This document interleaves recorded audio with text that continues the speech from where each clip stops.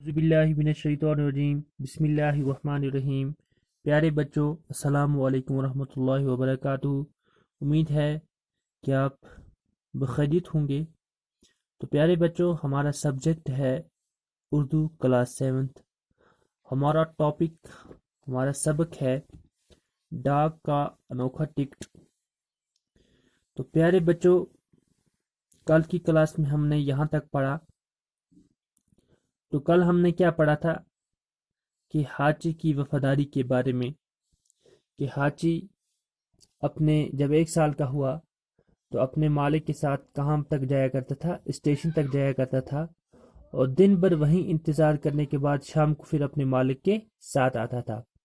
تو اسی طرح ایک بار پھر حاجی انتظار کرتا رہا، اس کا مالک نہیں آیا، کیونکہ اس کا مالک وہیں بیمار پڑ گیا اور ان کو وہیں سے ہاسپٹل لیا گیا اور ان کی وفات ہو گئی۔ لیکن حاجی کی وفاداری کہ 7 سال تک اس نے اپنا یہ معمول بنائے رکھا کہ وہ صبح اسٹیشن جاتا اور شام کو پھر مایوس ہو کر واپس آتا۔ تو اس طرح سے پھر حاجی پورے جاپان میں مشہور ہو گیا۔ تو آئیے آج ہم پھر یہاں سے پڑھتے ہیں۔ بسم اللہ الرحمن الرحیم۔ 1933 میں جاپان کے ایک مشہور فنکار نے جاپان کی ایک نمائش کے لیے حاجی مجسمہ تیار کیا۔ 1933 عیسوی میں جاپان کے ایک مشہور فنکار نے جاپان کی ایک نمائش کے لیے، جہاں پر نمائش کرائی جاتی ہے بہت ساری چیزوں کی، تو وہاں اس نے حاجی کا مجسمہ تیار کیا۔ اب اس نے اپنی نمائش گاہ میں حاجی کا مجسمہ رکھنے کے لیے اس نے حاجی کا مجسمہ تیار کیا۔ یہ مجسمہ اتنا مقبول ہوا کہ جاپانیوں نے پیتل کا ویسا ہی مجسمہ بنوانے کے لیے چندہ جمع کرنا شروع کر دیا۔ اب جاپان میں اس کی شہرت بہت ہوئی، تو اب جاپانیوں نے یہ مجسمہ بنوانے کے لیے اب چندہ جمع کرنا شروع کر دیا، تاکہ اس کا مجسمہ شیبوبا اسٹیشن کے سامنے لگوا دیا جائے۔ جہاں پر یہ انتظار کرتا رہتا تھا، تو وہاں پر اس کا یہ مجسمہ، اس کی تصویر لگنی چاہیے۔ 21 اپریل 1934 عیسوی کو اس کی نقاب کشائی کی گئی۔ کہا جاتا ہے کہ اس سے پہلے کسی مجسمے کی نقاب کشائی کے وقت جاپان میں اتنا بڑا مجمع کبھی اکٹھا نہیں ہوا۔ تو کب پھر یہ بنوایا گیا؟ 1934 عیسوی کو۔ تو جب اس کی نقاب کشائی ہوئی، تو اس وقت اتنا بڑا مجمع وہاں جاپان میں جمع ہوا کہ جتنا اس سے پہلے کبھی نہیں ہوا تھا۔ تو یعنی کہ یہ اس کی مقبولی کتنی ہوئی؟ اتنا بڑا مجمع نقاب کشائی کی، جب یعنی کہ اس کو ہم اناگریشن کہتے ہیں، یعنی کہ پردہ اٹھانا، جب اس کی نمائش کرائی گئی تو بہت بڑا مجمع اکٹھا ہوا تھا۔ پھر اسی طرح ایک مجسمہ اڑیے کے شہریوں نے بنوایا۔ ایک دوسرا شہر ہے، انہوں نے ایک اور مجسمہ بنوایا، کیونکہ حاجی ان کے شہر میں پیدا ہوا تھا۔ حاجی کی اصلی پیدائش وہیں ہوئی تھی۔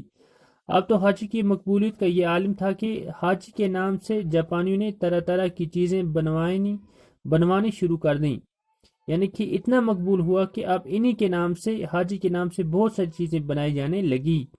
حاجی چاکلیٹ، حاجی بسکٹ، حاجی کھلونے، غرض بے شمار چیزیں اس کے نام پر بنائی جانے لگیں۔ اب جو بھی چیز وہاں بنتی ہے وہ کس کے نام سے بنتی ہے؟ حاجی کی۔ اوپر جب پرنٹ دیکھتے ہیں تو وہ کس کے نام پہ ہے؟ حاجی کی۔ حاجی بسکٹ، حاجی چاکلیٹ، حاجی کھلونے وغیرہ وغیرہ۔ یہی نہیں، جاپان کہ شاعروں نے حاجی کی وفاداری پر اچھی اچھی نظمیں کہیں اور تھوڑے ہی دنوں میں اس کے گیت سب کے زبان چڑھ گئے۔ یعنی کہ اتنا ہی نہیں، بلکہ جو وہاں کے شاعر تھے، انہوں نے اچھی اچھی نظمیں ان کی وفاداری پر لکھنی شروع کر دی، اور بہت سے دنوں میں، بہت کم عرصے میں اب اس کا ذکر، حاجی کا ذکر ہر ایک کی زبان پر آ گیا۔ یہاں تک کہ ایک فلم میں بھی حاجی کو پیش کیا گیا، یعنی کہ اب فنکاروں نے بھی اپنی فلموں میں ان کی شمولیت کی، لیکن ہاچی ان تمام باتوں کے بعد بھی اس طرح اسٹیشن پر اپنے مالک کا انتظار کرتا رہا۔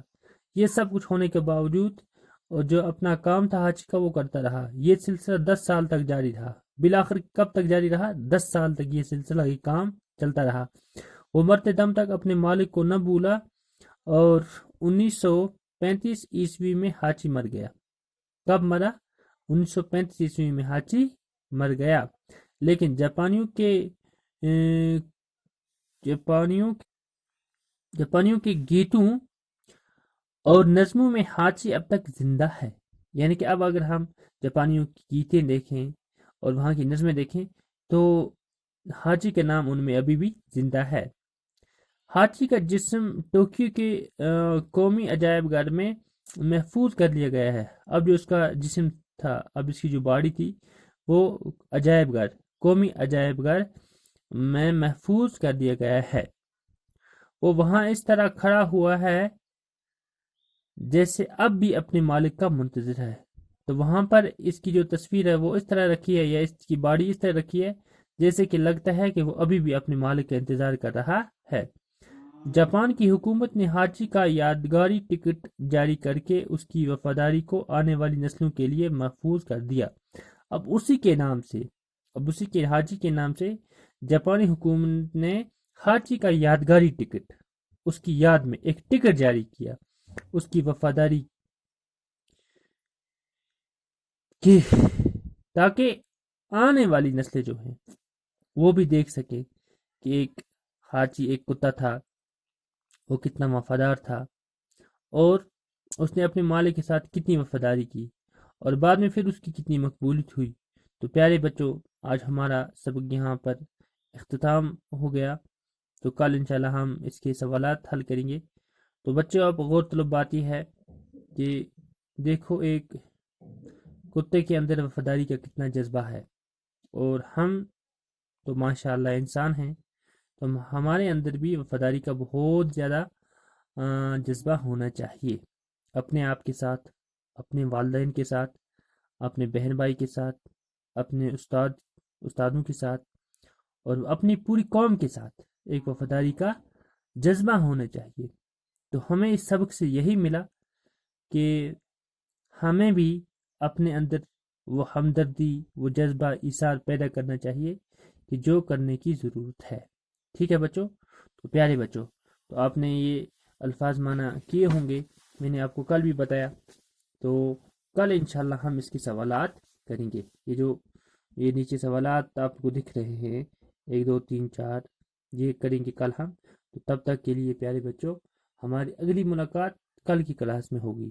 تب تک آپ اپنے گھروں پر ہی بنے رہیں اور سماجی دوری بنائے رکھیں۔ جب تک کے لیے خدا حافظ۔